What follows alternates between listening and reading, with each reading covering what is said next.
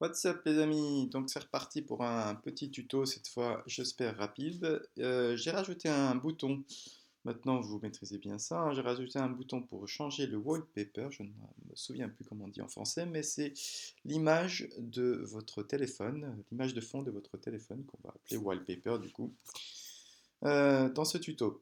Donc vous changez le XML, évidemment il faut activer le bouton dans le Java ici.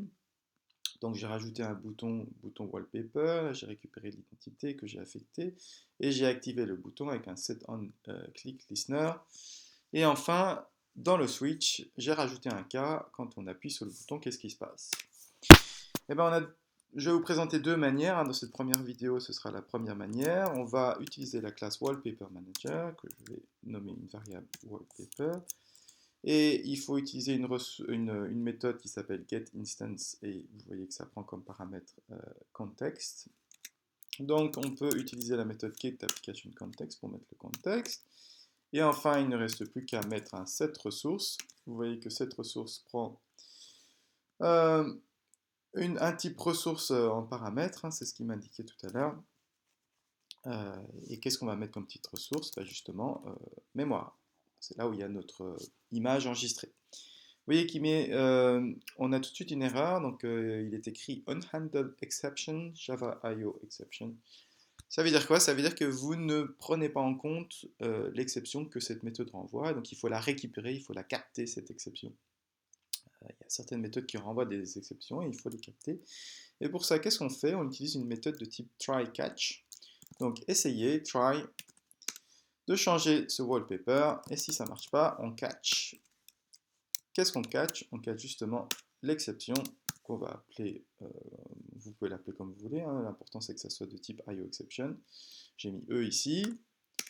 Et quand vous changez, vous tapez, vous mettez là, vous appelez la méthode printStackTrace. Il y a d'autres méthodes possibles, c'est une méthode par défaut. Et voilà, il n'y a plus d'erreur ici, comme vous voyez.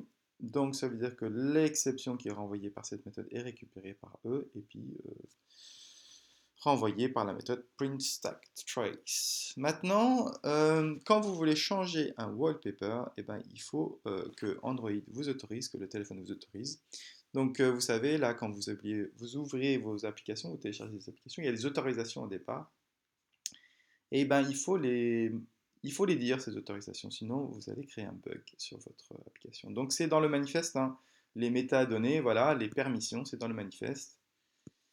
Ici, donc avant le champ application, on peut mettre uses permission, Android name, et vous voyez, il me le propose déjà, Android permission, set wallpaper. On va fermer ce truc-là, on va le fermer comme ça, voilà. Et on va tester notre application en espérant que ça marche. C'est parti. Ça prend toujours un peu de temps, surtout quand j'enregistre. Voilà, ça allait un peu plus vite que les dernières fois. Qu'est-ce qui se passe donc? Notre application va démarrer. Je vais sur la galerie. Je prends une image, je peux cliquer cette image, ça marche bien. Et est-ce que je peux changer le wallpaper? Vous avez vu qu'il y a quelque chose de rouge qui apparaît.